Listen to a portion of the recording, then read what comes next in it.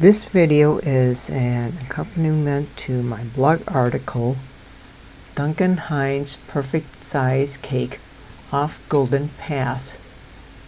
The flavor of the Duncan Hines Perfect Size Cake that I chose is golden fudge. I am deviating from the fudge part, which is the frosting.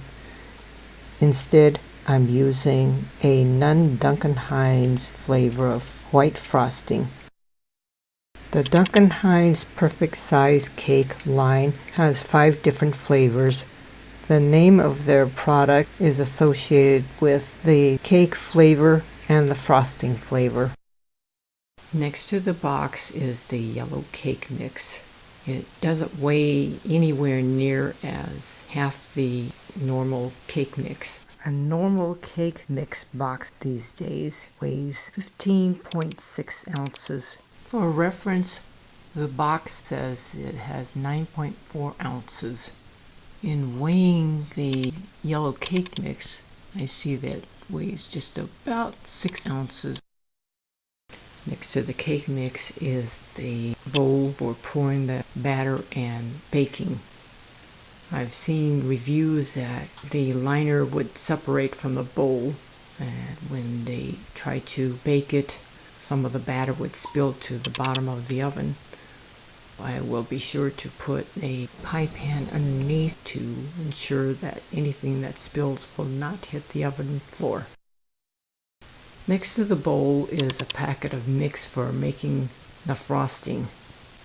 The instructions say to use 1 teaspoon of water and 2 tablespoons of butter. Many of the reviews at the Duncan Hines website, people have complained about the frosting not tasting very good. Fortunately, I do have a container of white frosting I will use about half of to spread over the finished cake.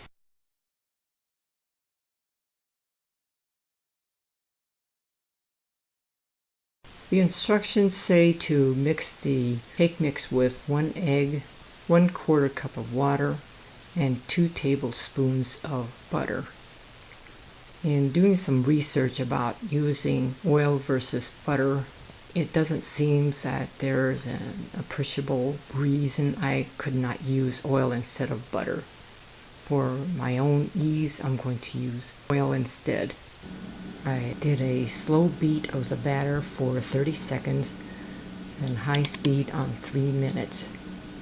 I'm now ready to pour the batter into the bowl that came with the mix. The cake is now in the oven with a pie pan underneath to catch any possible spills.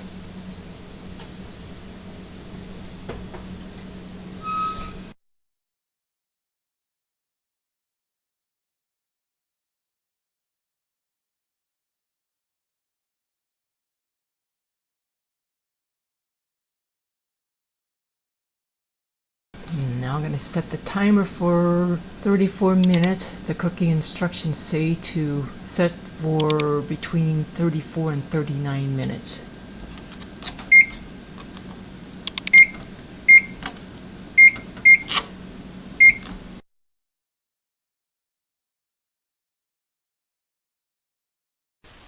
The dinger went off and the cake looks like it could be done. I'm going to be testing it with a toothpick after I turn off the oven.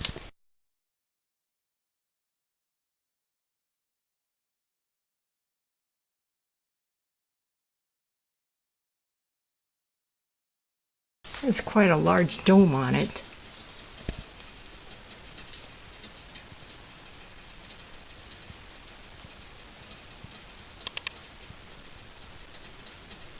Looks like it's done.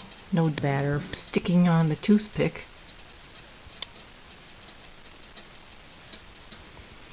Looking at the back, it looks like this paper pan did not leak anything. I'm going to move the baked cake onto a cooling rack.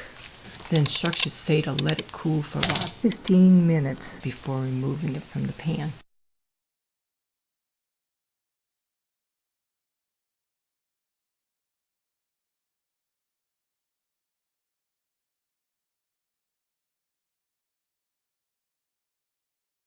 The instructions say to turn the cake upside down onto a pan, press the bottom,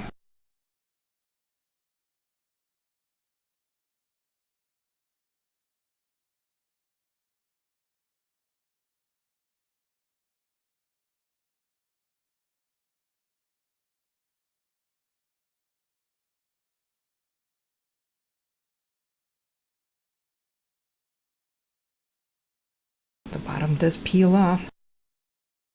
Well, the cake looks pretty good. No hitches in removing the cake from the paper pan, and let it cool for maybe another half hour or so and put some ready to spread frosting. I frosted the cake using approximately half a package of the Pillsbury white frosting. Based on several negative reviews I had read on the Duncan Hines website, many people did not like the package of powder frosting that they had to mix up for this perfect size cake. Here's the cake and a slice cut out of it.